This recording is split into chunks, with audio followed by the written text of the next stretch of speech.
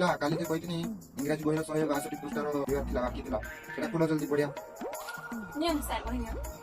ହଁ କଣ ଲେଖା ହେଇଛି ଗୋଟେ ରାଜସ୍ଥାନୀ ଗୀତ ଲେଖା ହେଇଛି ବୋଲେ ବୋଧେ ସରକାର ଆମର ଇଂଲିଶ ବହିରେ ରାଜସ୍ଥାନୀ ଗୀତ ଲେଖିଦେଇଛନ୍ତି। ହଉ ଠିକ ଅଛି ସେ ଠିକ କରିଛନ୍ତି ଆମେ ମାଷ୍ଟର ଯେହେତୁ ଆମେ ସମସ୍ତଙ୍କୁ ବୁଝେଇବା ଆଉ ବୁଝାଉଛୁ। ନିମ୍ବୋଡା ନିମ୍ବୋଡା ନିମ୍ବ ନିମ୍ବୋଡା ମାନେ ଲେମ୍ବୁ ହେଲା ମାନେ ଲେମ୍ବୁ ଗଛରେ ଯୋଉ ଲେମ୍ବୁ।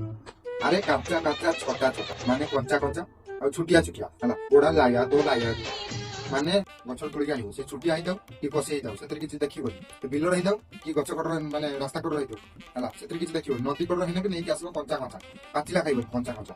ଆରେ ଲାଇଟ ଲାଇଟ ଲାଇଟ ମାନେ ଏଇ ଗୀତଟା ଆମର ଐଶ୍ୱର୍ଯ୍ୟା ରାୟ ଆକ୍ଟିଂ କରିଥିଲେ ସେ ଗୀତରେ କହିଥିଲେ ଯେ ନିମ୍ବୁଡା ନା ମାନେ ଲେମ୍ବୁ ତାଙ୍କ ନାଇଁ ଆଣ କାହିଁକି ତାଙ୍କ ପେଟ ଗରମ ଲେମ୍ବୁ ପାଣି ଟିକେ କରିକି ହେଲା।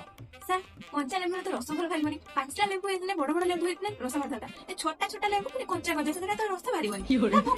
ଆରେ ପାଚିଲା ଯାଇ ସେ ରହିପାରିବେ ନା ସେ କଞ୍ଚା ଖାଇବା ହିଁ ତାଙ୍କର ଆବଶ୍ୟକ କାରଣ ତାଙ୍କର ଝାଡା ଅବସ୍ଥା